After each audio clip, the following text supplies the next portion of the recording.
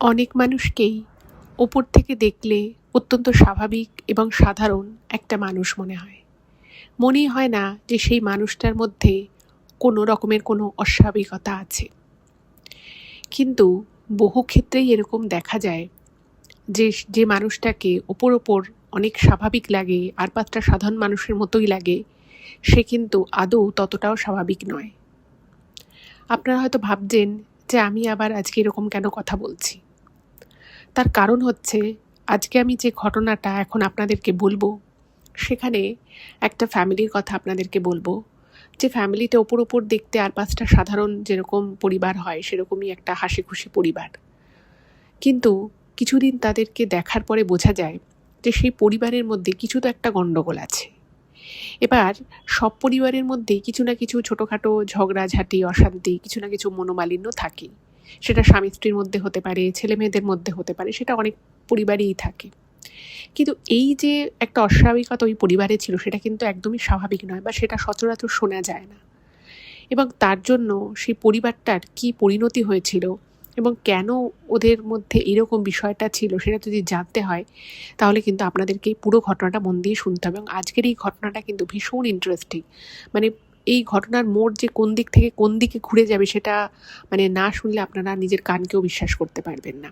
আর ঘটনাটা কিন্তু খোদ কলকাতার একটা ঘটনা, দমদমের। তো আমি সকলকে রিকোয়েস্ট করব, দমদমের এই ইন্টারেস্টিং ঘটনাটা যদি আপনাদেরকে শুনতে হয়, কেউ কোথাও যাবেন না, প্রত্যেকে আপনারা আমাদের চ্যানেলের সাথে থাকুন এবং পুরো ঘটনাটা মন দিয়ে শুনুন।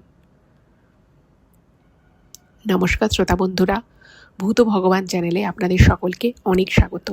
আশা রাখছি সবাই খুব ভালো আছেন, আনন্দে আছেন, সুস্থ আছেন এবং ভূত ভগবান চ্যানেলের ঘটনা মন দিয়ে শুনছেন।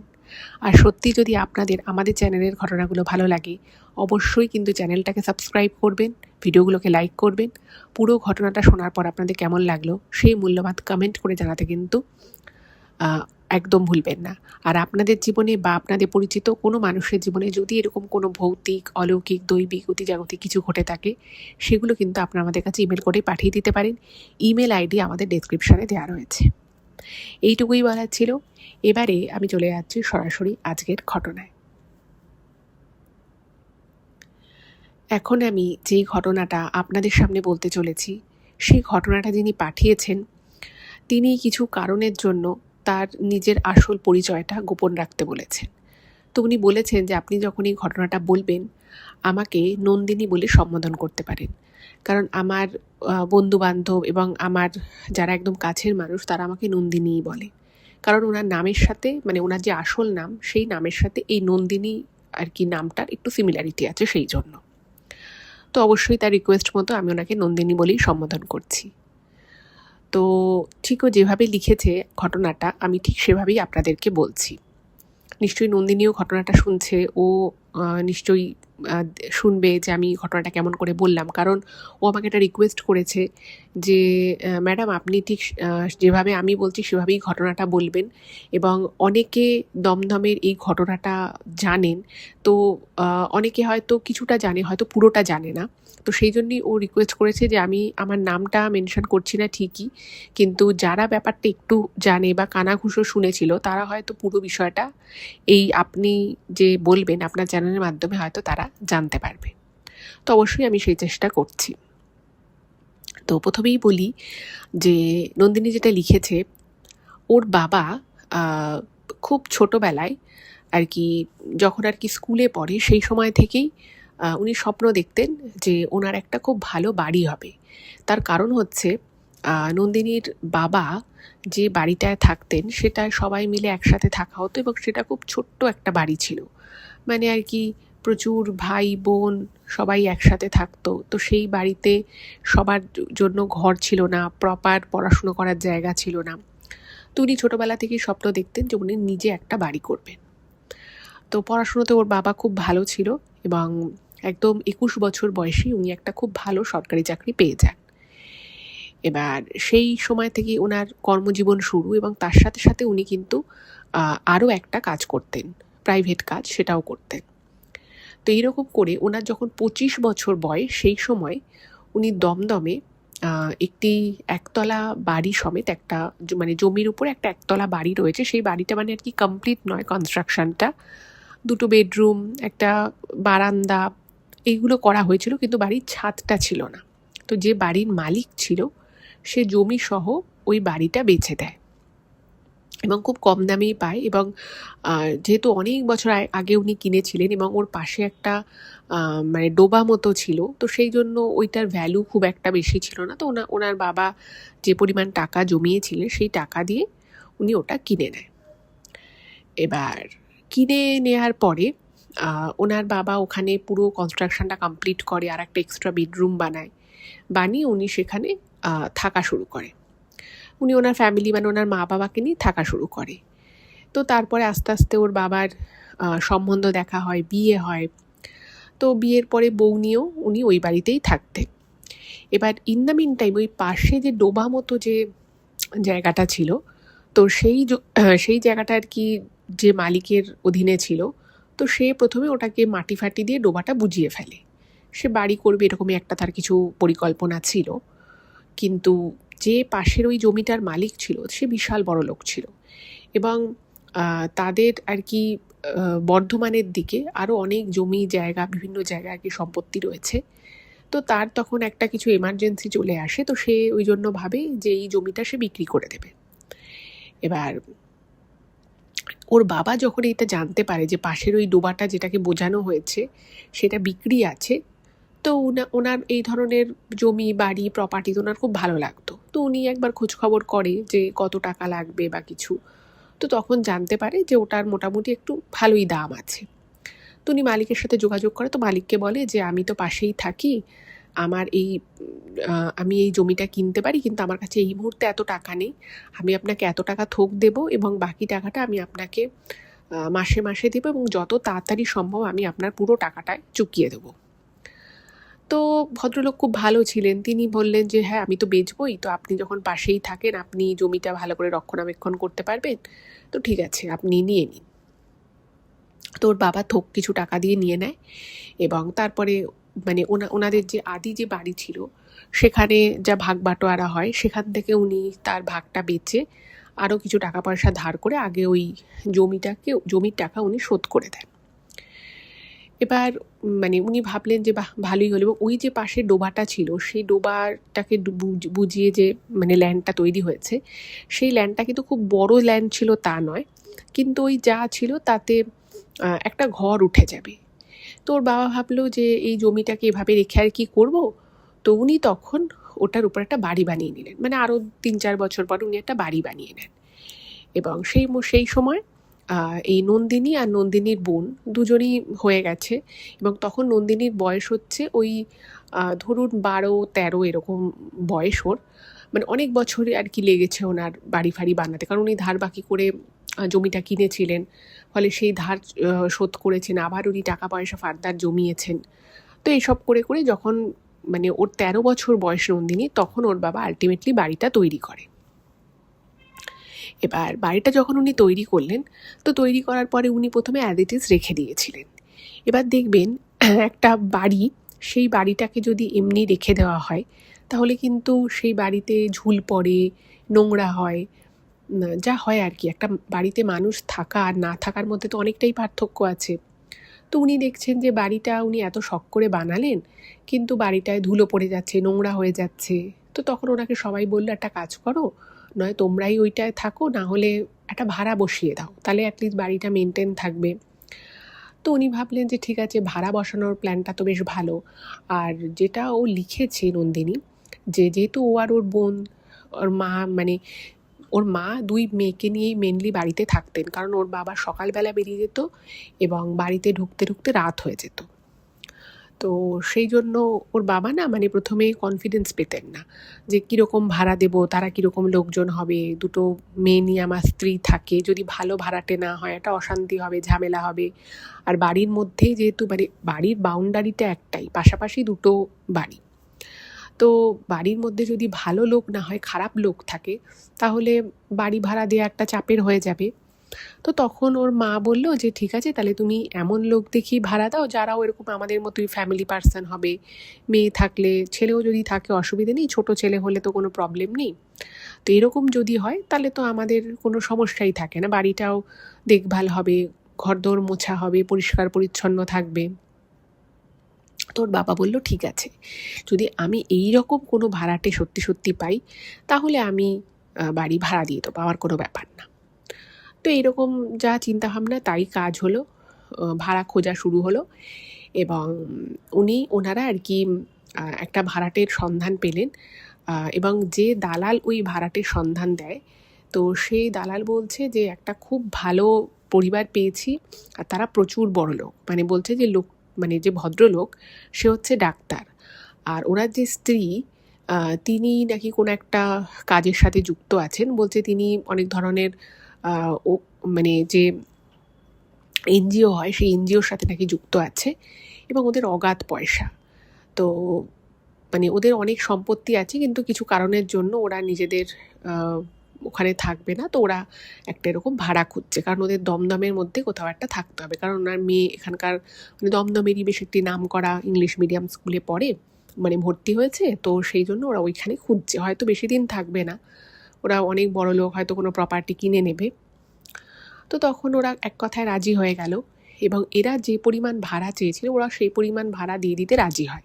কারণ এর আগেও নন্দিনীর বাবা যখন ভাড়াটে খুঁজছিল, তো তারা অনেকে আর কি আসতে চেয়েছে, তারাও ফ্যামিলি পাস্তা, তাদেরও হয়তো ছোটো ছোটো ছেলে মেয়ে রয়েছে, কিন্তু তারা অনেকেই বলেছে ভাড়াটা একটু কমান, এতটা ভাড়া তো দিতে পারবো না।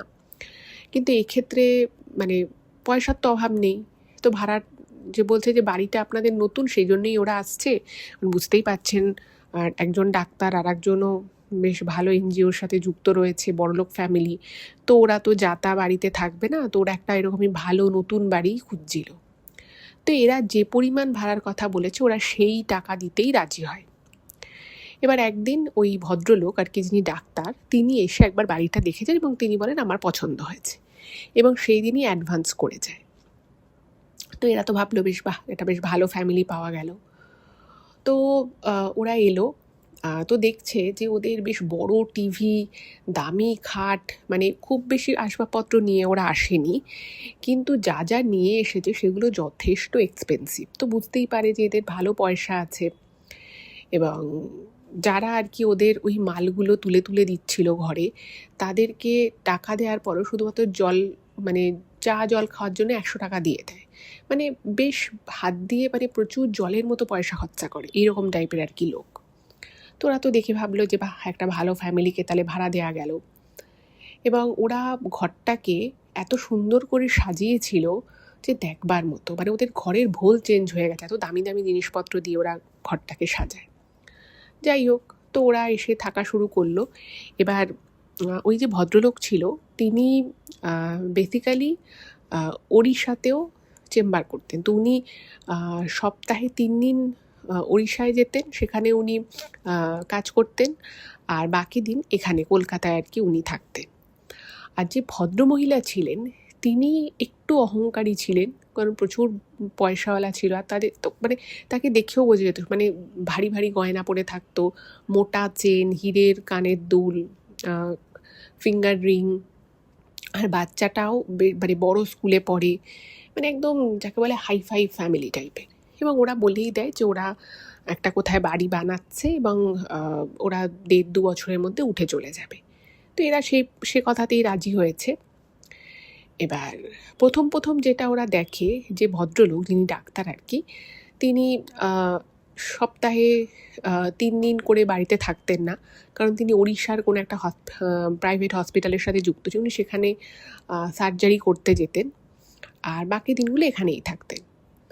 এবার এবার কিছুদিন পরে ওরা খেয়াল করে, নন্দিনীর বাবা মা মেইনলি খেয়াল করে যে ভদ্রলোক আর খুব একটা আসে না এখানে, ভদ্রমহিলা আর এই মেয়েটাই দুজনেই থাকে। তো জিজ্ঞেস করেছে, তো জিজ্ঞেস করার পরে ওরা যেটা জানতে পারে যে ভদ্রলোক এখানে আর কি কলকাতাতে উনি 2-3টে প্রাইভেট হসপিটালের সাথে যুক্ত ছিল। তো উনি সেগুলোকে কমিয়ে মাত্র এই মুহূর্তে একটা হাসপাতালের সাথেই যুক্ত আছে, আর বাকি উনি মেইনলি ওড়িশাতেই ভুবনেশ্বরেরই বিভিন্ন প্রাইভেট হাসপাতালে উনি কাজ করছেন, এবং এখানে উনি মাসে একবার করেই আসবেন। এবার ওই ভদ্রমহিলা বললো যে আপনাদের চিন্তার কোনো কারণ নেই, আপনাদের যে 1 তারিখে আমি যে বাড়ি ভাড়া দিয়ে দিই সেই বাড়ি ভাড়া আপনি পেয়ে যাবেন। আর ওই ভদ্রমহিলা যিনি ছিলেন তিনি না বেশি কথা বলতেন না, মানে ওনার সাথে এমনি কথা বলতে গেলেও উনি শুধু যেটুকু দরকার বা যেটুকু প্রয়োজন উনি সেটুকু কথাই বলতেন, এবং তারপরে উনি বলে দিতেন যে আমার কোনো একটা কাজ আছে বা আমাকে একটু বেরোতে হবে, এরকম আর কি উনি বলে দিতেন। আর ওদের ঘরে দুজন কাজ করতো, একজন এসে ওই ঘরঠর পরিষ্কার করে দিত, বাসন মেজে দিত, আর একজন থাকতো যে সকাল থেকে বিকেল অবধি ওই বাচ্চাটাকে রেডি করা, রান্নাবাড়ি করা, এই সমস্ত কাজ করতো। আর বোঝাই যেত ওরা মানে প্রচণ্ড বড় লোক ছিল, ওদের একটা দামি গাড়ি ছিল, এবং সেই যেহেতু ওদের বাড়িতে গ্যারাজ ছিল না, তো ওরা ওখানেই একটা লোকাল গ্যারাজ ভাড়া করে ওনারা নিজেদের গাড়ি রাখতো। এবার নন্দিনী ওর বাবা মা মানে একটু অফেন্ডেড হয়েছিল যে ভাড়াটে ভালো, সবই ঠিক আছে, কিন্তু একটু নিজেদের মতো থাকতে পছন্দ করে, ওই ভদ্রমহিলা বেশি কথাবার্তা বলা পছন্দ করে না। তারপরে নন্দিনী বা নন্দিনীর বোন যদি একটু ওদের ঘরের কাছাকাছি চলে যেত, মানে জানলার পর্দাগুলো টেনে দিত, এইরকম টাইপের আর কি। ওরা অতটা আর কি মেলামেশা করা বা বাচ্চারা বাচ্চাদের সাথে যে কথা বলবে সেগুলো কিছু পছন্দ করতো না। আর ওই ভদ্রমহিলার যিনি মেয়ে ছিলেন, সেই মেয়ে প্রায় ওই নন্দিনীর বয়সী হবে, বা ওর থেকে হয়তো 1-2 বছরের মেয়ে, খুব বেশি হলে ছোট হবে। এবার ওই যে বললাম ওরা নিজেদের মধ্যেই থাকতে ভালোবাসতো, তো এরাও আর কখনো অতটা ঘাটায়নি। এবার মাঝে মধ্যে এরা খেয়াল করতো যে ওদের ওই বাড়িতে একটা লোক মাঝে মধ্যে আসতো, মানে ওই যারা ভাড়া থাকতো ওই ভদ্রমহিলা তার সাথে দেখা করতে আসতো, 1-2বার করে আসতো, আবার চলে যেত। এবার একদিন নন্দিনীর মা ওই ভদ্রমহিলাকে জিজ্ঞেস করেছে যে উনি কে হয়, তো উনি বলেছে যে উনি আমার একজন আত্মীয় হয়, যেহেতু ওদের বাবা থাকে না, অনেক কাজকর্ম থাকে, আমি অনেকটা সময় পাই না, তো সেই কাজকর্মে হেল্প করতে আসে। এবার এটা তো খুব স্বাভাবিক বিষয় না যে ভদ্রমহিলা বাচ্চা নিয়ে থাকে, বাচ্চাটির বাবা মাসে 1বার করে আসে 2 দিনের জন্য, তো অনেক কাজ থাকতেই পারে। তো উনি বললেন আচ্ছা আচ্ছা ঠিক আছে, কোনো ব্যাপার না, আপনাদের যদি কোনো দরকার বা কোনো প্রয়োজন লাগে আপনি আমাদেরকেও বলতে পারেন। মানে ওর মা খুবই ভালোভাবে বলেছে যদি সত্যি কোনো সাহায্যের দরকার পড়ে তাহলে ওরাও সেই হেল্পটা করতে পারে। তো ভদ্রমহিলা বলেছে ঠিক আছে, বাট আমার দরকার পড়বে না।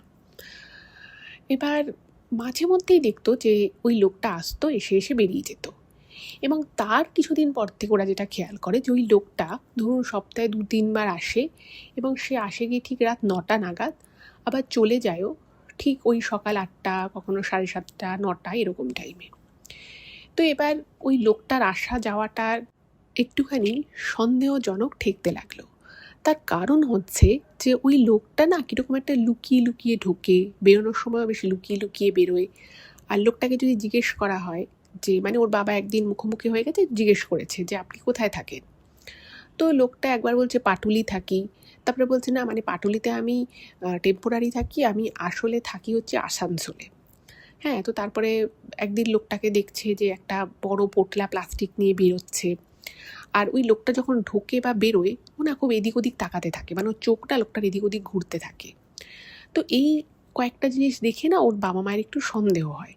এবার এই ভদ্রমহিলা তো বলেছে যে এর আত্মীয় হয়, ফলে বিশেষ কিছু জিজ্ঞেসও করা যাচ্ছে না, আর ভাড়া ঠাড়া সব ঠিকঠাক টাইমে দিয়ে দেয়। বাচ্চা মেয়েটাকেও মানে একদম কোনো যে হুটোপাটি করে বা কোনো কিছু চিৎকার চেঁচামেচি করে সেরকম কিছুই না। আর আরেকটা জিনিস যেটা খারাপ সেটা হচ্ছে মেয়েটাকে প্রচণ্ড শাসন করে, মানে মেয়েটা সারাদিন স্কুল থেকে আসে, সারাদিন পরে এসে পড়তে বসে, এবং তারপরে মেয়েটাকে সারাদিন বকাবকি করতে থাকে, মানে হয়তো কোনো দিন ছুটি বাড়িতে আছে, সে সারাদিন সেদিন মেয়েটাকে বকে, এবং সারাদিন মেয়েটাকে বলে পড়তে। মানে মানছি পড়াশোনার একটা চাপ থাকে, কিন্তু তাই বলে একটা বাচ্চা মেয়েকে সারাদিন যদি বাড়িতে বলে যে না তুমি পড়াশুনো করো, নয় আঁকো, নয় বই পড়ো, নয় গল্পের বই পড়ো, আর মেয়েটা বলে যে আমার এখন পড়তে ভালো লাগছে না, আমার মাথা ব্যথা করছে, আমার কপাল ব্যথা করছে, তাও মেয়েটির মা মেয়েটিকে ফোর্স করে বারবার পড়াশুনো করার জন্য।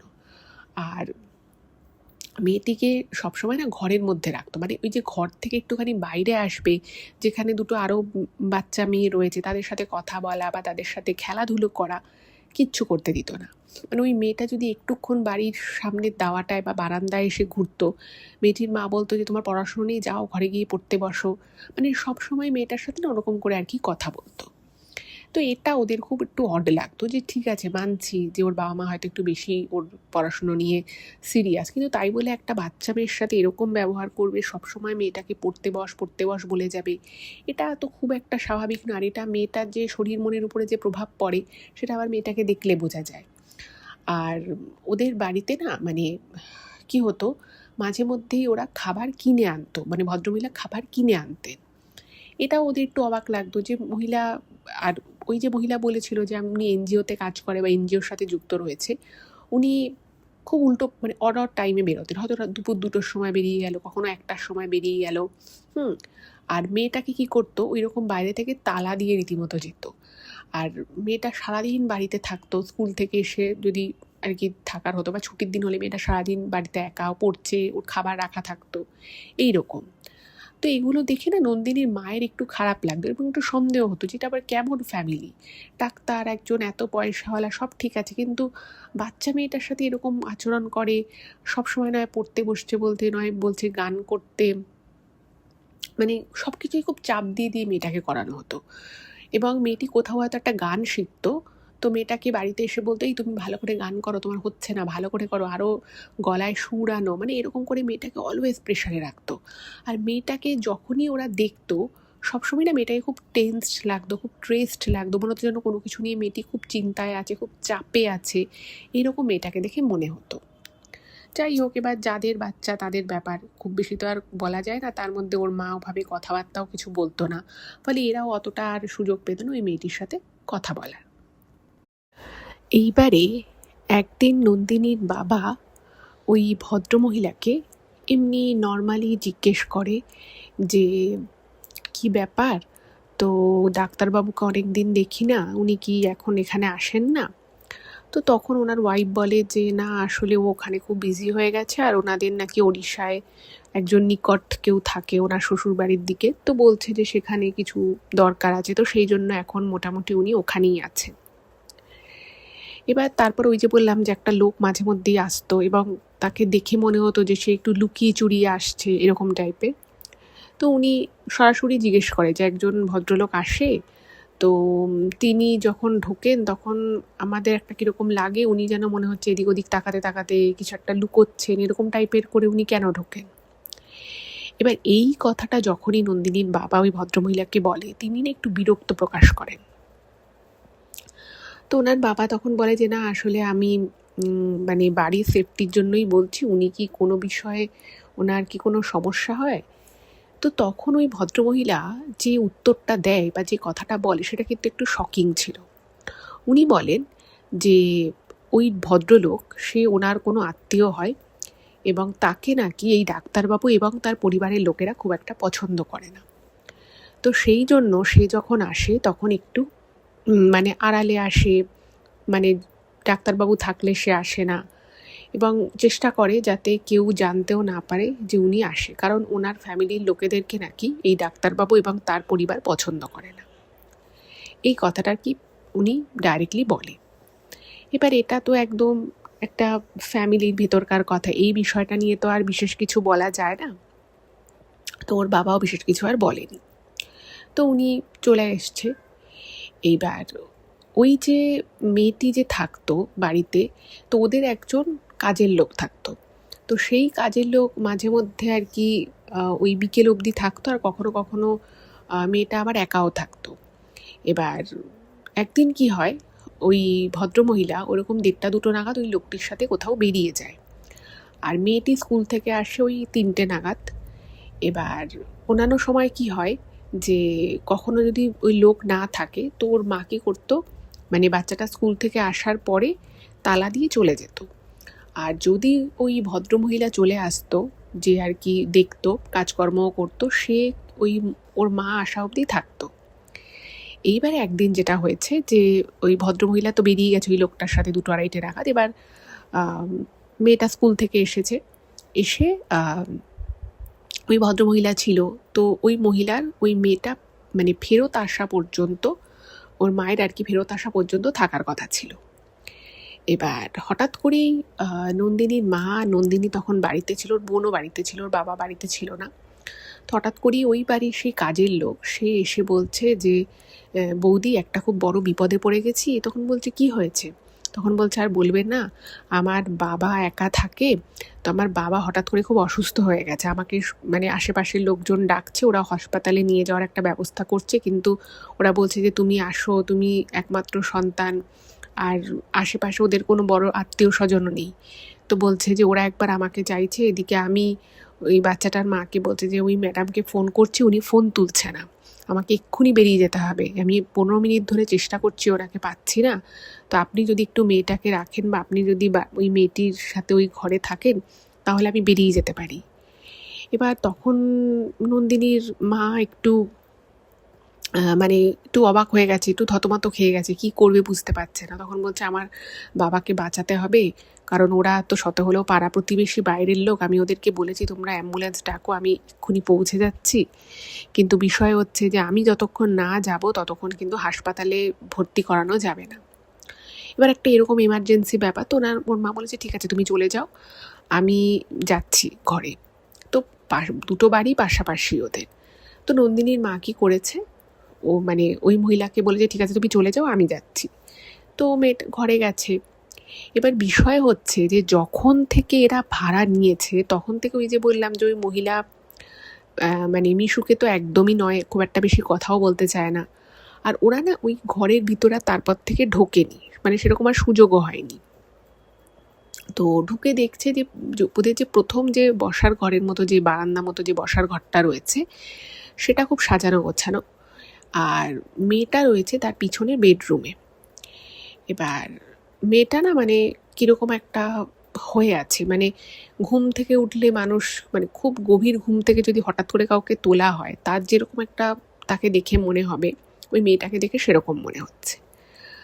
আর ওদের ঘরের মধ্যে, মানে মেয়েটা যে ঘরে ছিল সে ঘরের মধ্যে অদ্ভুত অদ্ভুত কিছু জিনিস দেখা যায়। এবার অদ্ভুত বলতে আমি বোঝাচ্ছি যেটা, সেটা শুনে হয়তো আপনাদেরও একটুখানি অবাক লাগবে।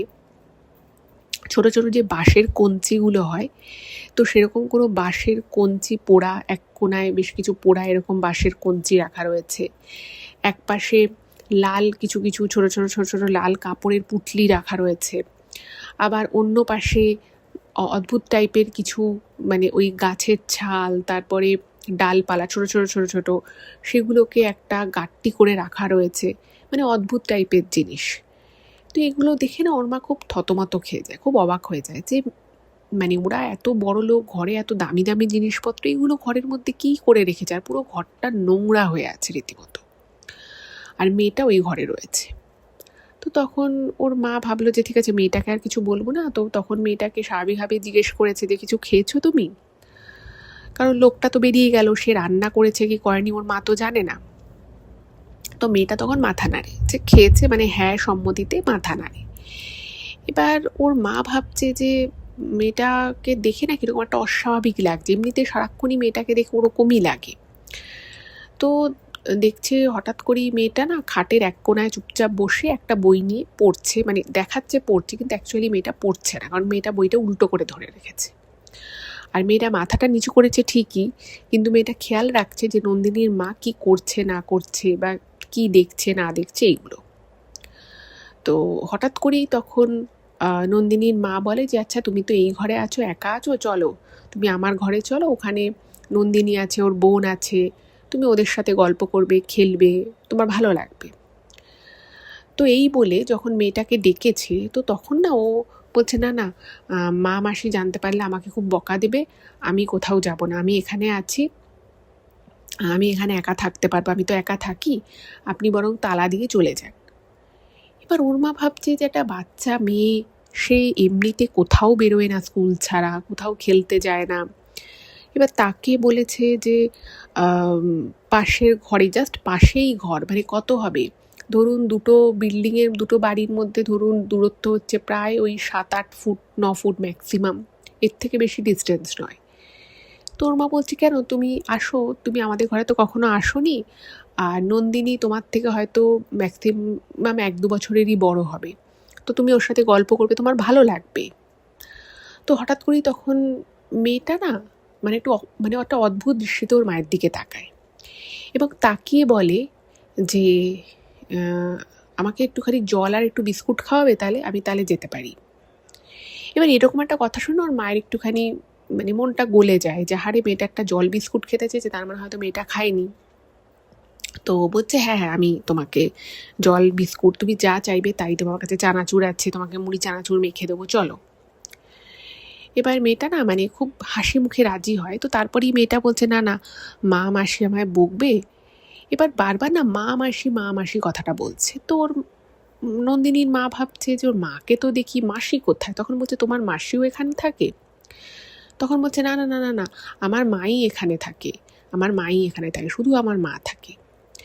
এবার মেয়েটা না বারবার মা আর মা মাসি এই কথাটার মধ্যে না গুলিয়ে ফেলছে। যাই হোক, তো ওদের ঘরে গেছে। তো নন্দিনী বলেছে যে তুমি কি পড়ো, তোমার ফেভারিট সাবজেক্ট কি, মানে একদম জাস্ট এখন একটা বেসিক কনভারসেশন হচ্ছে। আর মেয়েটা না কীরকম চুপচাপ করে একটার পর একটা উত্তর দিচ্ছে। এবার দেখছে যে নন্দিনীর সাথে ওই মেয়েটা বেশ গল্প টল্প শুরু করেছে, মানে টুকটাক এবার কথাবার্তা বলছে। এবার মেয়েটা আস্তে আস্তে ইজি হচ্ছে। তো ওকে বিস্কুট দিয়েছে, মুড়ি চানাচুর মেখে দিয়েছে এবং মেয়েটা খুব পরিতৃপ্তি করে খেয়েছে। এবার ওর মায়ের না হঠাৎ করে একটা সন্দেহ হলো যে ওদের রান্নাঘরে কিছু একটা বোটকা গন্ধ বেরোচ্ছিল। এবার ওর মা ভাবছে যে যতই আমাদের বাড়ি হোক, ওরা ভাড়া থাকে, ওদের জিনিসপত্র রয়েছে, তবুও ওর মায়ের না একটু সন্দেহ হয়। এবং ওর মা সঙ্গে সঙ্গে মানে তালা চাবি দিয়ে এসেছিল, সঙ্গে সঙ্গে ওর মা একবার আবার পাশে ওদের বাড়িটায় যায়, ওরা যে ঘরটা আর কি ওরা ভাড়া থাকে। তো গিয়ে তালা খুলে ওর মা না সোজা রান্নাঘরে যায় এবং রান্নাঘরে গিয়ে দেখছে যে এখান থেকে একটা বোটকা বাজে গন্ধ কেন বেরোচ্ছে। তো দেখছে যে একটা থালা রাখা রয়েছে এবং সেই থালাতে ওপেন, মানে কোনো ঢাকা নেই, থালাতে আধা খাওয়া ভাত এবং কিছু মাংসের টুকরো। এবং ওই মাংসগুলো মানে বেশ বড় বড় মাংসের কিছু টুকরো, এবং সেগুলো যে ঠিকঠাক মতো কেউ খায়নি, আধা খেয়ে খেয়ে রেখে দিয়েছে সেটা বোঝা যাচ্ছে। আর তার পাশে একটা বড় কড়াই, এবং সেই কড়াইতে মানে বড় বড় মাংসের টুকরো। সেটা কি মাংসের টুকরো, মুরগি না পাঁঠার মাংস সেটাও ঠিক বোঝা দায়। এবং মাংসটা ঠিকমতো রান্না হয়নি, এবং মাংসর মধ্যে প্রচুর পরিমাণে কালো তিল দেওয়া রয়েছে। মানে ভাবুন, মানে অনেকে অনেক ধরনের হয়তো আপনারাও মাংসের রেসিপি খেয়ে থাকবেন, বাট এই মাংসের মধ্যে ওই কালো তিল দিয়ে রান্না করা, এবং মাংসটা অর্ধেক কি বেশি পোড়া পোড়া হয়ে গেছে, একটা অদ্ভুত টাইপের বাজে একটা গন্ধ বেরোচ্ছে সব কিছু মিলিয়ে। তো ভাবছি যে মেয়েটাকে এইগুলো খেতে দিয়েছে, এবং ওই আধা খাওয়া থালাটা মেয়েটা রান্নাঘরে রেখে গেছে, এবং ওই খাবার যে কোনো মানুষের পক্ষে মুখে দেওয়া সম্ভব নয় এটা বোঝা যাচ্ছে। তো ওর মায়ের না খুব খারাপ লাগে। তো তখন ওর মা ভাবলো যে কিছু তো একটা ব্যাপার আছে। দেখবেন অনেক সময় এরকম হয়, আমরা অনেক কিছু হয়তো ডেপথে জানি না, অনেক কিছু হয়তো গভীরে গিয়ে আমরা অতটা হয়তো আমাদের কাছে ইনফরমেশন থাকে না, কিন্তু কিছু কিছু জিনিস দেখি বা কিছু কিছু জিনিস আমাদের যখন চোখের সামনে আসে, আমরা না একটা কিছু আন্দাজ করতে পারি। এবং অনেক ক্ষেত্রেই যেটা হয় যে আমরা যেটা আন্দাজ করি সেটা কিন্তু সত্যিই হয়ে যায়। তো ওর মায়ের মনে হয় যে কিছু তো একটা ব্যাপার আছে। যাই হোক, তো সঙ্গে সঙ্গে ওর মা ওখান থেকে চলে আসে ঘরে। এবার কিছুক্ষণ পরে মানে মেয়েটা মানে মোটামুটি ঠিকঠাকই কথাবার্তা বলছিল। তো কিছুক্ষণ পরে না মেয়েটা কীরকম একটা অস্থির হয়ে যায় এবং বারবার বলছে যে মা মাসি আজকে আমাকে মনে হয় খুব মারবে, খুব মেরেই ফেলবে, আমাকে খুব বকবে। বলছে আমাকে পড়তে বসতে হবে, চলো চলো আমি এবার বাড়ি যাই। বলে মেয়েটা না ওখান থেকে নেমে ঘরে যায়, গিয়ে ঘরে বলে যে আমি ঘরে চলে যাব। তোর মা বলছে যে ঘরে একা, ঘরে তুমি একটা বাচ্চা মেয়ে, তুমি কি করে থাকবে? বলছে না না আমি পারবো। তো ইন দ্য মিনটাইম মেয়েটির মা চলে আসে, এবং মেয়েটির মা মানে হয়তো ওই কল ব্যাক করেছিল ওই ওদের যে কাজের যে যিনি ছিলেন, তো সেখান থেকে হয়তো জানতে পেরেছে যে মেয়েটাকে এখানে রেখেছে বা এই ভদ্রমহিলা হয়তো গেছে। তো উনি খুব বিরক্তি সহকারে আসে এবং এসে মেয়েটিকে খুব বকাবকি করতে করতে নিয়ে যায়, এবং এদের সাথে কিন্তু একটা কথাও বলে না, মানে কোনো কথা বলে না, জাস্ট মেয়েটাকে নিয়ে চলে যায়। এবং এটা দেখে নন্দিনীরও খুব খারাপ লাগে যে মানে ওদের ঘরে ছিল মেয়েটি, তাও খুব বেশিক্ষণ ওই 20 মিনিট 25 মিনিট ম্যাক্সিমাম ছিল। তো মেয়েটাকে এমন করে নিয়ে গেল, এবং দেখেই বোঝা গেল মানে ওনার অ্যাটিটিউডে যে উনি প্রচণ্ড অসন্তুষ্ট হয়েছে মেয়েটাকে যেহেতু এই ঘরে আনা হয়েছে। এটা দেখে ওর মায়েরও খুব খারাপ লাগে এবং ভাবে যে মেয়েটাকে তো সারাদিন নয় পড়তে বসতে বলে, নয় মেয়েটাকে বলে যাও নিজের ঘরে যাও। মেয়েটার মানে স্কুল যাওয়াটুকু ছাড়া মেয়েটার কোনো স্বাধীনতা নেই, কিচ্ছু নেই। আর তার মধ্যে ওর মা নিজেই চোখে দেখে এসেছে মানে মেয়েটাকে কী খেতে দেওয়া হয়েছিল, এবং মেয়েটা যেভাবে বিস্কুট খাচ্ছিল, মুড়ি চানাচুর খাচ্ছিল, সেটা দেখে বোঝাই যাচ্ছিল যে মেয়েটার পেট ভরেনি, মেয়েটার মানে ক্ষুধার্ত ছিল। বাট যা হয় আর কি, হট করে তার কাউকে বলা যায় না। তো ওর মার একটু খারাপ লাগে ব্যাপারটা।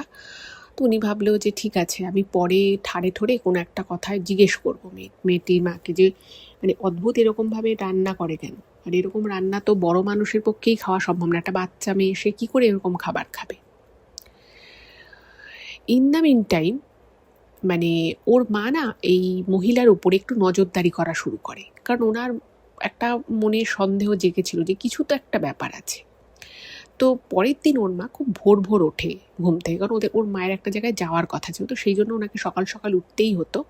তো ওনার আরেকটু বেশি সকালেই ঘুম ভেঙে গেছে, তখনও ভোরের আলো ঠিক মতো ফোটেনি। ওর মা জানলার পাশে রয়েছে এবং হঠাৎ করে ওর মায়ের চোখ যায় ওদের যে পাশের বাড়িটা, মানে ওদের যে পাশের ঘরটা যেখানে ওরা ভাড়া থাকে, সেই ঘরের ছাদের দিকে। ওর মা দেখছে যে ওই লোকটা, মানে যে লোকটা মাঝে মধ্যে ওদের বাড়িতে আসে, সেই লোকটা আর ওই বাচ্চাটার মা, এরা দুজনে ছাদের মধ্যে কিছু একটা বিড়বিড় করে মন্ত্র বলছে, এবং লোকটার মাথাটা একটা কালো কাপড় দিয়ে ঢাকা, আর এই মহিলাও একটা কালো শাড়ি, মানে পুরো একদম কালো থান শাড়ি, মানে এতটুকু তাতে সাদা লাল কিচ্ছু নেই, জাস্ট কালো শাড়ি পরে হাতের মধ্যে কিছু একটা নিয়ে কিছু একটা বিড়বিড় করে মন্ত্র বলছে। আর মানে চুলগুলো খোলা, চোখগুলো মানে কীরকম যেন ঢুলু ঢুলু, মানে অদ্ভুত টাইপের আর কি তাদেরকে দেখে লাগছে, মনে হচ্ছে না যে এটা ওরা স্বাভাবিক অবস্থায় রয়েছে। ওর মা খুব ভালো করে না ব্যাপারটা খেয়াল করার চেষ্টা করে যে ওরা কী করছে। এবার সামনাসামনি তো যেতে পারছে না, তো ওর মা চুপি চুপি ছাদে যায়। তো ছাদে গিয়ে, ছাদে তো আর ফট করে যেতে পারছে না, উনি দরজাটা খুলে মানে আড়াল থেকে দেখার চেষ্টা করে যে এরা কী করছে। তো ওরা দেখে যে ছাদের মধ্যে একটা ওই মাটির থালা মতো, একটা মাটির থালার মতো একটা বড় বারকোশ টাইপের কিছুতে, সেটা মাটির, ওরা আগুন জ্বালিয়েছিল, সেই আগুনটা এখন নিভে গেছে, এবং আশেপাশে বেশ কিছু জিনিসপত্র যত্রতত্র ছাদে ছড়ানো রয়েছে, এবং এরা কীরকম একটা নেশাখোরের মতো অবস্থায় রয়েছে, এবং কিছু একটা বিড়বিড় করে বলছে। এবং তার কিছুক্ষণের মধ্যেই ওরা দুজনেই ছাদ থেকে নেমে চলে গেল, এবং জিনিসগুলো যথারীতি ছাদে পড়ে রইল। এবং এই দৃশ্য দেখে ওর মায়ের কিন্তু রীতিমতো ভয় লাগে, কারণ উনি বুঝতে পারছিলেন না যে এরা অ্যাকচুয়ালি করছেটা কি, কারণ এটা তো খুব একটা স্বাভাবিক ক্রিয়াদি নয়, কোনো পুজো আর্চাও কিছু নয়, তাহলে এরা কি করছিল, নিশ্চয়ই তার মানে এমন কিছু এরা করছিল, বা এমন কিছুর সাথে এরা যুক্ত রয়েছে যেটা খুব একটা ঠিকঠাক নয়। এবার এই অবধি যে আমি আপনাদেরকে ঘটনাটা বললাম, এটা কিন্তু একরকম ঘটনা। তো এর কিছুদিন পরে একটা ঘটনা ঘটে, সেটা হচ্ছে যে এর কিছুদিন পরে ডাক্তারবাবু আসে, এবং আসার পরে মানে যেদিন আসে আর কি, সেদিন রাতেই ওই ভদ্রমহিলার সাথে প্রচণ্ড ঝগড়া হয়। এবার ওরা যখন ঝগড়া করতো তখন কি করতো, দরজা জানলা সব বন্ধ করে দিত, আর জিনিসপত্র ছোড়াছুড়ির আওয়াজ হতো। আর নন্দিনীর বা ওর মা বাবা এরা কেউই না, মানে ওদের যখন ঝগড়াঝাটি হতো, আর যেহেতু ডাক্তারবাবুকে ওরা খুব মানে রেসপেক্ট করতো, ওরা মানে নিজেরাও দরজা জানলাটা বন্ধ করে দিত ওইদিকে, যাতে আওয়াজ না আসে। কিন্তু ওর মা মানে বোঝার চেষ্টা করছিল যে অ্যাকচুয়ালি ওদের মধ্যে কী নিয়ে ঝামেলা হচ্ছে, কারণ ওই মহিলার উপর কিন্তু ওর মায়ের অলরেডি একটা সন্দেহ হয়ে গেছিল, বাট কিছুই বোঝা যায় না। তো পরের দিন আর কি সকালবেলা দেখছে যে ওরা ব্যাগপত্র নিয়ে কোথাও একটা বেরোচ্ছে। তো স্বাভাবিকভাবে ওর মা জিজ্ঞেস করেছে হাসি মুখে যে কোথায় যাচ্ছেন আপনারা, ঘুরতে যাচ্ছেন? তো তখন ওই মহিলা বলে যে এই তো আমরা আমি স্বামীর কাছে যাচ্ছি, আমাদের উড়িষ্যায় যে আত্মীয় স্বজন আছে ও তো এখন ওখানেই বেশি দিন প্র্যাকটিস করে, তো সেই জন্য আমরা কয়েকটা দিন ওখানে বেড়াতে যাচ্ছি। তো ওর মা বলে বাহ, খুব ভালো, এরকম বলে ঠলে, এবং ওরা বেরিয়ে চলে যায়। এবার ওর মায়ের না মানে খুব আর কি খুব সন্দেহ হয় বিষয়টা, যে কালকে এত ঝগড়াঝাটি হলো, আজকে আবার ওরা সবাই ঘুরতে চলে গেল, বিষয়টা কি।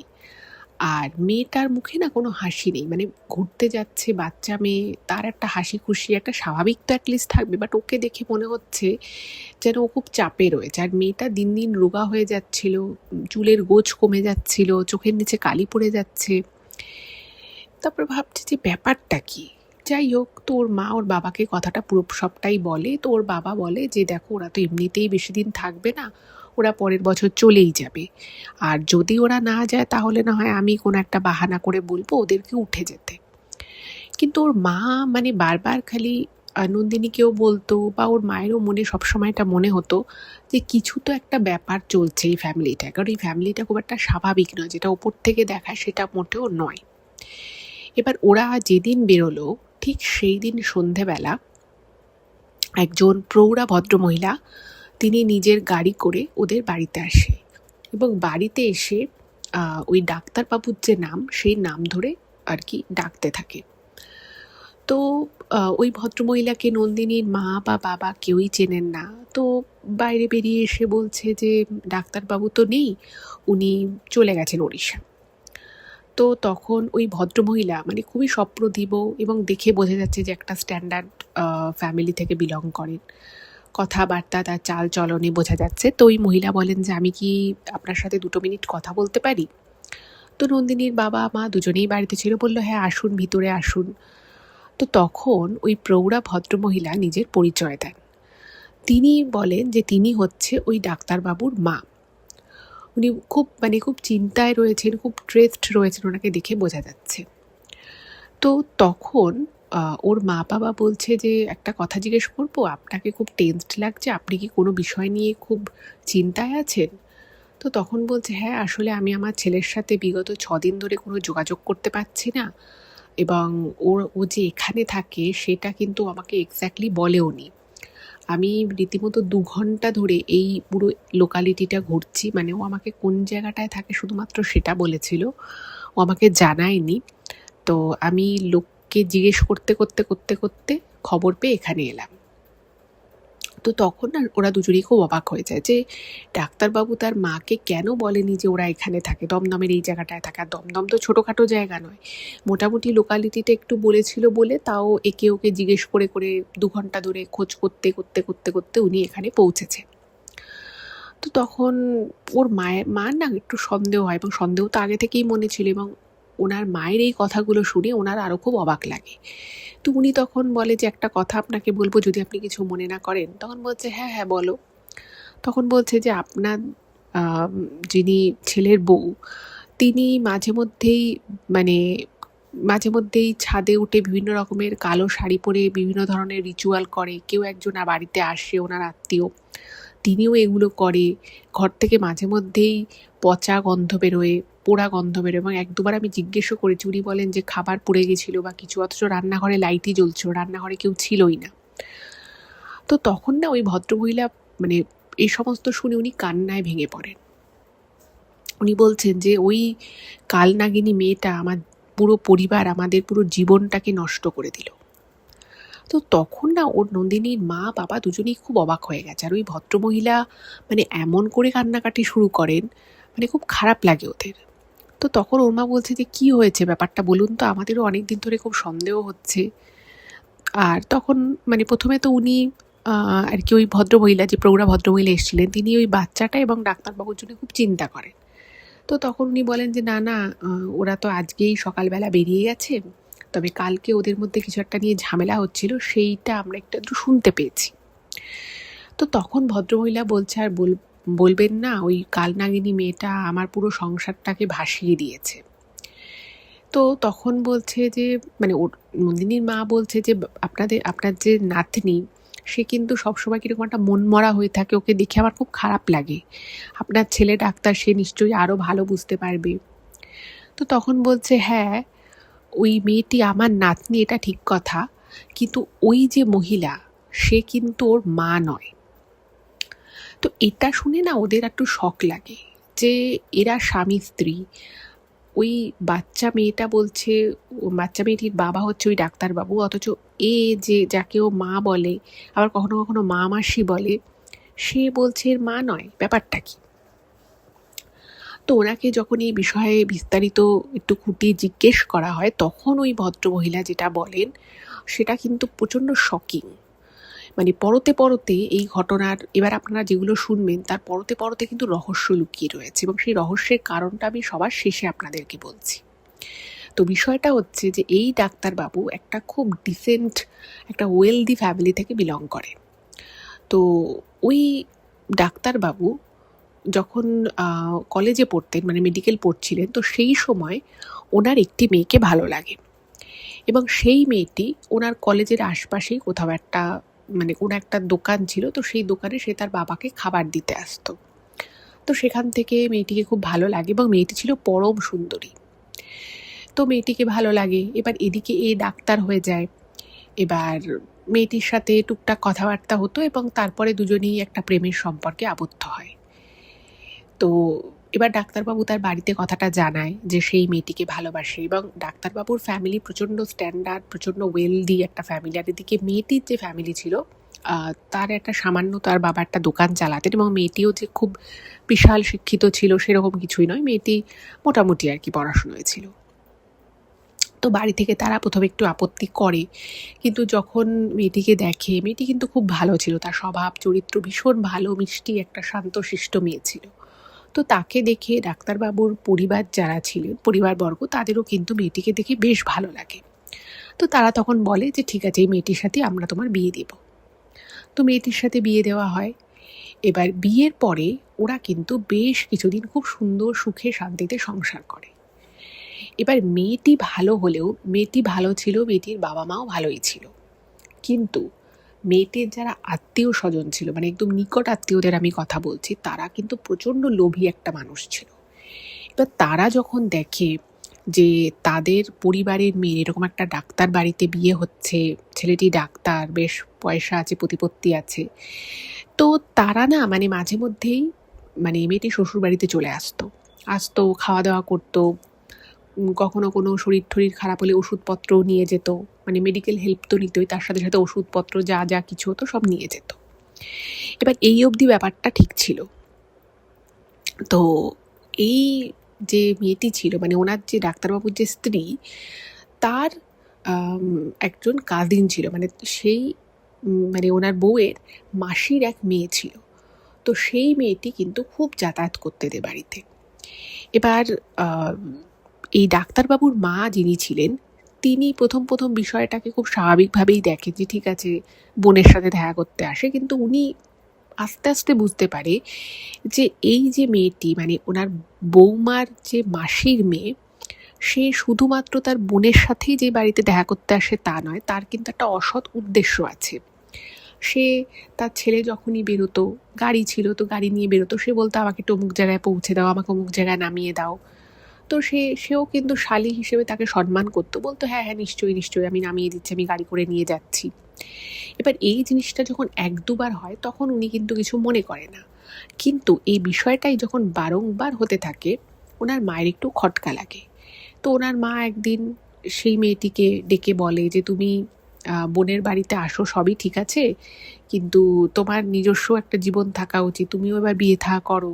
মানে ইনডাইরেক্টলি বলতে চায় যে তুমি এত বেশি এসো না এখানে।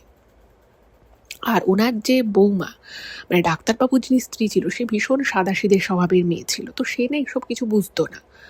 বাড়িতে আসতো, খাওয়া দাওয়া করতো, সেই মাসির মেয়ে একদিন দুদিন থেকে যেত, খুব গল্প আড্ডা করতো। তো এইটা না ওনার মায়ের খুব একটা পছন্দ ছিল না। তো সে যখন শোনে এই কথাটা, তো সে বুঝতেই পারে যে তাকে খুব একটা যেতে বারণ করছে, তো সে একটু যাওয়া আসা কমিয়ে দেয়। কিন্তু ব্যাপারটা যেটা হয় সেটা হচ্ছে যে এর কিছুদিন পরেই ওনার, মানে ছেলের বউয়ের বাচ্চা হয়, তো একটা কন্যা সন্তান হয়, এবং সেই মেয়েটাই হচ্ছে এই মেয়েটা। এবার কন্যা সন্তান হলো, তো ডাক্তারবাবুও ভীষণ খুশি, পরিবারের সকলেও খুব খুশি।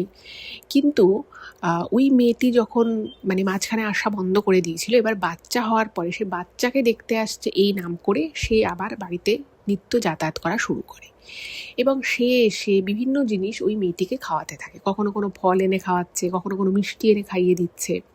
এবার যার হাজবেন্ড ডাক্তার, সে তো নিজেই খুব ভালো মতো সব কিছু দেখতে পারবে, তার সাথে আরও বড় বড় ডাক্তারদের জানাশোনা আছে।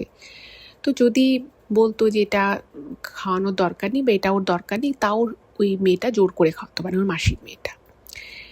এবার তখন ছোট একটা বাচ্চা, তো ওনার যে শাশুড়ি, সে আর মানে তার অপছন্দ ছিল ঠিকই, কিন্তু সে ভেবেছে যে ঠিক আছে বাচ্চাটাকে ভালোবাসে, সে অনেকক্ষণ কোলে ঠোলে রাখে, অনেক দেখে, খেলায়, তো ঠিক আছে আসুক, অসুবিধে নেই। হয়তো মাসি হিসেবে বাচ্চাটাকে ভালোবাসে তাই হয়তো আসে, এখন আর মেয়েটাকে ওরকম করে বলাটা হয়তো ঠিক হবে না, তো ওরাও বলে না। তো ইন দ্য মিন টাইম যেটা হলো, যখন মেয়েটার এরকম 4-5 বছর বয়স হয়ে গেল, তো হঠাৎ করেই মানে ওই বাচ্চাটার যে মা, মানে ওনার ছেলের বউ, সে খুব অসুস্থ হয়ে পড়ে। এবং অসুস্থ হওয়ার পরে তার একটা মানে এতটাই তার শারীরিক অবস্থার অবনতি এত কম সময়ের মধ্যে হয়ে যায় যে তাকে আর বাঁচানো যায় না, আনফর্চুনেটলি সে মারা যায়। এবার যে মুহূর্তে সে মারা যায়, তো তখন আবার সে বাচ্চা দেখার নাম করে সে আরও বেশি এই বাড়িতে আসা শুরু করে, এবং এই জিনিসটার কিন্তু প্রতিবাদ করে ওই ভদ্রমহিলা, মানে ওই ডাক্তারবাবুর মা। ডাক্তারবাবু তো সকালবেলা বেরিয়ে যেতেন, সন্ধ্যাবেলা বাড়ি ফিরতেন, উনি এইসবের মধ্যে অতটা ছিলেন না, কিন্তু ডাক্তারবাবুর মা ব্যাপারটা বুঝতে পারতেন যে এই মেয়েটির মতিগতি ঠিক নেই। এবং সে কিন্তু আস্তে আস্তে এই ডাক্তারবাবুর সাথে খুব বেশি আর কি একটা কথোপকথন, রোজের একটা কথোপকথন বলুন, সে বাচ্চাকে শিখণ্ডি করে তার সাথে এদিক ওদিক যাওয়া, এগুলো শুরু করে দেয়। এবং ডাক্তারবাবুর মা কিন্তু ডাক্তারবাবুকে বলে যে দেখ, এই মেয়েটাকে কিন্তু আমার ভালো লাগছে না, আমার খুব একটা ভালো ঠেকছে না।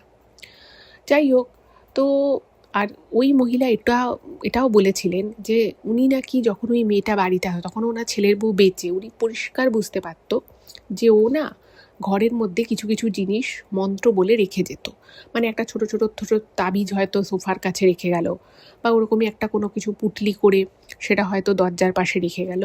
এবং এই জিনিসগুলো ডাক্তারবাবুর মা নিজে কিন্তু নিজের চোখে দেখেছেন।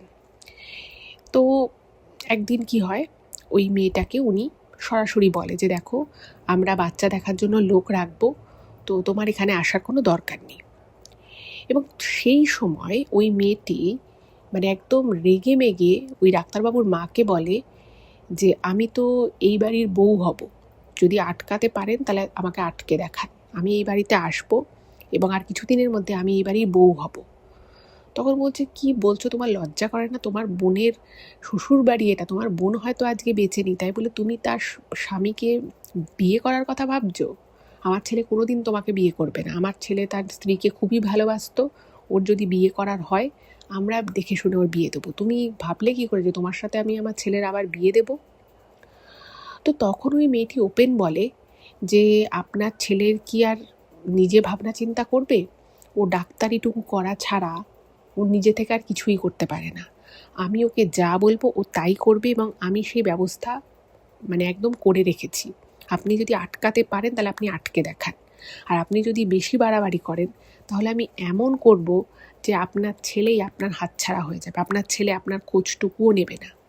আপনি যদি সেটা না চান তাহলে আমি যা করছি, যেভাবে করছি, আপনি সেটাকে সমর্থন করুন, আর যদি সমর্থন করতে না পারেন তাহলে চুপ করে দেখুন, আপনি আমার পথের বাধা হবেন না, যদি সেটা হন আমি কিন্তু আপনার সাথে আপনার ছেলের পুরোপুরি কাট আপ করিয়ে দেব। এই কথাটা যখন ওনাকে এভাবে বলে, উনি তো প্রচণ্ড ভয় পেয়ে যান, এবং ওনার মনে বহুদিন থেকেই যে কতগুলো প্রশ্ন ছিল। দেখুন, ওরা না মানে খুব স্ট্যান্ডার্ড একটা ফ্যামিলি, পড়াশুনো, র্যাশনাল থিঙ্কিং, এইগুলোই ওদের আর কি পার্কস ছিল। তো ওরা না মানে ওই ভদ্রমহিলা কোনোদিনও ভাবতে পারেনি যে এই জিনিসগুলো অ্যাকচুয়ালি ওয়ার্ক করে, মানে কারোর ক্ষতি করা, কাউকে মানে বশ করা, বশীকরণ যেটাকে বলে, এগুলো যে হয় বা এগুলোর দ্বারা যে মানে একটা শিক্ষিত মানুষকেও বশে করা যায়, এটা ওনার মা না সত্যিই স্বপ্নে ভাবতে পারেনি।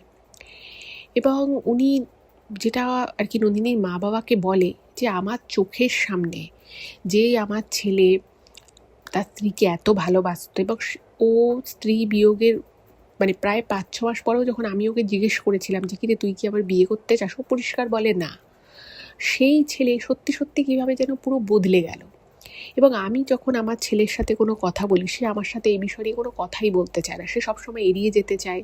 এবং আমি যখন সরাসরি ওকে বলি যে তুই কি মেয়েটাকে বিয়ে করবি, তুই কি পছন্দ করিস, তখন আমার ছেলে আমাকে পরিষ্কার বলে যে আমি তোমাকে অত কিছু বলতে পারবো না, তবে ও যদি আমাকে বিয়ে করে আমাকে ওকে বিয়ে করতে হবে। তো তখন ওনার মা মানে নিজের ছেলেকে বিশ্বাস করতে পারছে না যে আমার ছেলে এরকম কি করে হয়ে গেল। ওনার চোখের সামনে তিলে তিলে ওনার ছেলেকে কিন্তু বশ করা হয়, মানে একদম প্রবল একটা শক্তিশালী বশীকরণ ওনাকে করা হয়। এবং একদম অনিচ্ছা সত্ত্বেও ওনার ছেলে কিন্তু একদিন বিয়ে করে নিয়ে চলে আসে ওই মেয়েটিকে। যথারীতি ওনার মা এটা মানতে পারেনি এবং সেই জন্য উনি তখন বলে যে ঠিক আছে, আমি আলাদা করে সংসার পাতব। এবার আলাদা করে সংসার ওরা পাতে এবং ওরা একটা তখন অন্য জায়গায় ছিল। তো তারপরে ওরা এই দমদমের এই বাড়িতে ভাড়া আসে। এবার যাই হোক, ফোনে তো যোগাযোগ ছিল, তো ফোনে যোগাযোগ তাও খুব একটা বেশি ওনার ছেলে মানে এই ডাক্তারবাবু খুব একটা কথা বলতেন না। তো উনি আর কি এটা জানতে পারে, মানে ওনার ছেলেই ওনাকে বলেছে যে ওদের যে বাচ্চা মেয়েটা যে হয়েছিল, মানে ওই যে মেয়েটি আর কি, সেই মেয়েটি নাকি খুব অপয়া। এবং সে মানে এই মহিলা আর কি, যাকে এই ডাক্তারবাবু দ্বিতীয়বার বিয়ে করেছে, ওনার এই স্ত্রীর মাসির মেয়েকে, তো সে ওনাকে নাকি বলে এবং তাকে প্রমাণও নাকি দিয়েছে যে এই মেয়েটি অপয়া বলেই ওনার স্ত্রী বিয়োগ হয়েছে এবং এই মেয়েটাকে যতদিন ওরা নিজেদের কাছে রাখবে ততদিন ওদের নাকি কোনো কিছু ভালো হবে না। এবং এটাও বলে যে তুমি যদি এখন দূরে গিয়ে কাজকর্ম করো, দূরে গিয়ে মানে দূরে আর কি ওড়িশা হোক বা অন্য কোনো আলাদা আদার স্টেট হোক, সেখানে গিয়ে যদি তুমি প্র্যাকটিস করো, সেখানে গিয়ে যদি তুমি নার্সিংহোমের সাথে যুক্ত হও, তাহলেই তোমার উন্নতি হবে। তুমি এখানে থেকে উন্নতি করতে পারবে না যেখানেই মেয়েটা থাকবে। এবং সেই জন্যই উনি মানে উড়িষ্যার দিকে ওনাদের আত্মীয় স্বজনও ছিল, তো সেখানকার একাধিক নার্সিংহোমের সাথে উনি যুক্ত হন এবং সেখান থেকে সে অবভিয়াসলি সে বড় ডাক্তার ছিল, প্রচুর টাকা তার ইনকাম ছিল। এবং তাকে এমনই বশীকরণ করা হয়েছিল, ডাক্তারবাবু তার টাকার প্রায় 60% উনি যা রোজগার করতেন তার 60-70% উনি কিন্তু ওনার এই দ্বিতীয় স্ত্রীর হাতে টাকাটা দিয়ে দিতেন। এবং এটা নিয়ে প্রবল অশান্তি হয়। ওনার মা যখন জানতে পারে, ওনার মা বলে যে তোকে আমাকে 1 পয়সাও দিতে হবে না, আমার যা আছে প্রচুর আছে, আমি সারা জীবনে এটা খেয়ে পরে শেষ করতে পারবো না, কিন্তু তুই যেটা করছিস সেটা তুই খুব ভুল করছিস, তুই এই পরিমাণ টাকা তোর স্ত্রীর হাতে দিস না, ও ভালো মেয়ে নয়। কিন্তু ওই যে বলে যে প্রবলভাবে কাউকে যদি বশীকরণ করা হয়, শেষের সময় কিছুই বুঝতে পারে না। এদিকে এই ডাক্তারবাবুর মা খবর পায় যে এই যে মেয়েটি যাকে দ্বিতীয়বার বিয়ে করেছে তার কিন্তু একটা বহুদিনের একটা পুরনো সম্পর্ক আছে এবং তার সেই প্রেমিকের সাথে তার আজও যোগাযোগ আছে। এবং যখন নন্দিনীর মা জিজ্ঞেস করে যে তাকে কেমন দেখতে, কারণ ওই লোকটা যে আসতো, মানে ওই মহিলা যে মিথ্যে কথা বলছিল সেটা কিন্তু উনি ধরে ফেলেছিল, বাট মানে কোনো কিছু মনে হলো তার ফট করে কাউকে বলা যায় না যে না আপনি মিথ্যে কথা বলছেন।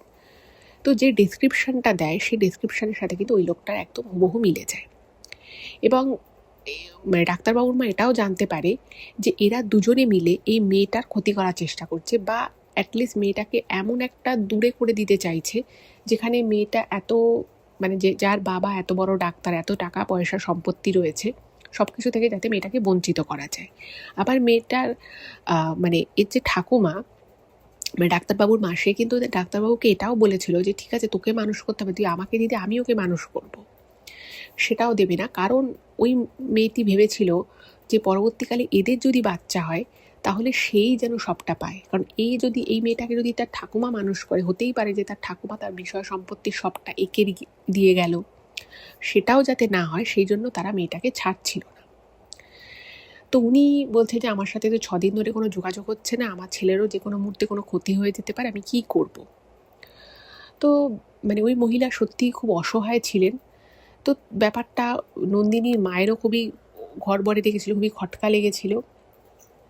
তো তখন উনি বলেন যে দেখুন এটা তো মানে খুবই বাজে ব্যাপার, তো অবশ্যই এটা আটকাতে হবে। তো তখন নন্দিনীর মা বলে যে আমাদের একজন কুলগুরু আছে, আমি তার সাথে কথা বলবো, তো আপনি তাকে সমস্তটা বলুন।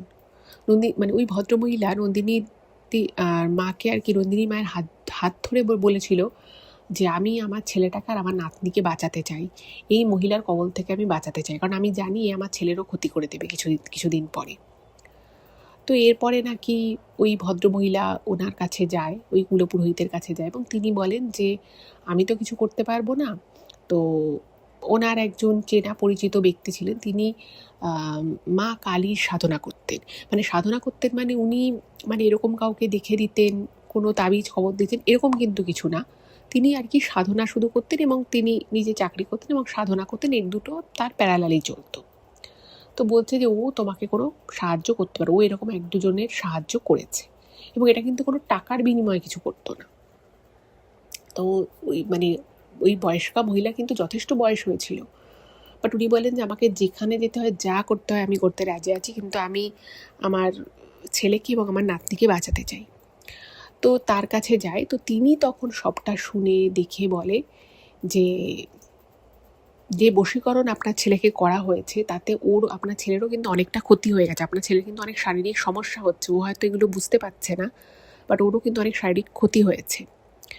তো তারপরে উনি অনেক রকমের কিছু মানে নিদান দিয়েছিলেন যে এটা করতে হবে, এইভাবে করতে হবে। এবং তার মধ্যে একটা খুব বড় বিষয় বলেছিলেন যে বাড়িতে উনি একটা কলসি দিয়েছিলেন, একটা মাটির কলস দিয়ে বলেছিলেন যে তার মধ্যে কিছু একটা পোতা আছে। বলছে এটা আপনি, ওরা যে বাড়িতে থাকে সেই বাড়ির মাটিতে, মানে মাটির একদম কাছাকাছি, মানে খুব দূরে পুঁতলে হবে না, কাছাকাছি কোথাও ওদের অজান্তে পুঁতে দিতে হবে। এবং সেটা পুঁতলে প্রথমেই যেটা হবে সেটা হচ্ছে যে ওনার উপরে যে বশীকরণ করা, সেই বশীকরণটা পুরোপুরি আস্তে আস্তে কেটে যাবে। তো সেটা করা হয় এবং সেটা নন্দিনীদির মাই ওই কলসটা বসানোর দায়িত্ব নেয়, রাতের বেলা, রাতের অন্ধকারে উনি কাজটা করেন। এবং তারপর থেকে আস্তে আস্তে কিন্তু সিচুয়েশান চেঞ্জ হতে থাকে। ভদ্রলোক মানে ওই ডাক্তারবাবু সে ওড়িশা যাওয়া কমিয়ে দেয়, সে মেয়ের যত্ন করতে থাকে, মেয়েকে নিয়ে বিভিন্ন প্রশ্ন করতে, এবং ওদের মধ্যে প্রচণ্ড ঝগড়া অশান্তি হয় এবং তারপরে আরও অনেক কিছু ঘটে যায়। এবং আলটিমেটলি মানে ভগবানের আশীর্বাদে, মা কালীর আশীর্বাদেই ডাক্তারবাবুর উপর থেকে ওই বশীকরণের ব্যাপারটা পুরোপুরি কেটে যায় এবং ওদের সম্পর্ক এতটাই খারাপ জায়গায় চলে যায় যে ডিভোর্স পর্যন্ত করিয়ে যায়। যদিও পরে ওই মহিলা বহুবার ডিভোর্সটা আটকাতে চেয়েছিল, কিন্তু সেটা আর হয়নি, ডিভোর্সটা হয়ে যায়। এবং তারপরেও অনেক ঝামেলা হয় এবং পরে যখন ওটাকে সেটেলমেন্ট করা হয়, ওই মহিলা নাকি ওই ডাক্তারবাবুর কাছ থেকে 27 থেকে 28 লক্ষ টাকা গয়নাগাটি ছাড়া নিয়েছিল, মানে ডিভোর্স দেওয়ার জন্য। তো ওনার মায়ের সাথে ওদের যোগাযোগ আছে। তো ডাক্তারবাবুর মা বলে যে অতগুলো টাকা নিয়েছে ঠিকই, কিন্তু আমরা শান্তিতে আছি, কারণ আমার ছেলের জীবন থেকে, আমার নাতনির জীবন থেকে চলে গেছে। এবং ওনার নাতনির উপরে কিন্তু রীতিমতো অত্যাচার হতো এবং ওই নাতনিকে ওরা মানে যেহেতু পছন্দ করতো না, ওই মহিলা চেয়েছিল যে এই মেয়েটার যাতে কোনো ক্ষতি হয়, সেই জন্য কিন্তু ওকে বিভিন্ন ধরনের উল্টোপাল্টা জিনিস খাওয়ানো হতো, অনেক সময় অনেক তাবিজ কবজ করা হতো, বাট ভগবানের আশীর্বাদ ছিল তাই ওর বড় কোনো ক্ষতি হয়নি। তারপরে ডাক্তারবাবু ওনার মাকে আর ওনার মেয়েকে নিয়ে উনি কিন্তু ওড়িশাতেই পার্মানেন্টলি চলে যান এবং ওদের বাড়িতেই রাত্রখানে ভাড়া ছিল। তো এটাই ছিল ঘটনা। এখন সব কিছু ঠিকঠাক আছে, ওনারা সবাই খুব ভালো থাকুক এটাই চাই। আর উনিদিকে অনেক ধন্যবাদ এরকম একটা ঘটনা শেয়ার করার জন্য। সকলে খুব ভালো থাকবে, দেখা হবে আবার পরের এপিসোডে। নমস্কার।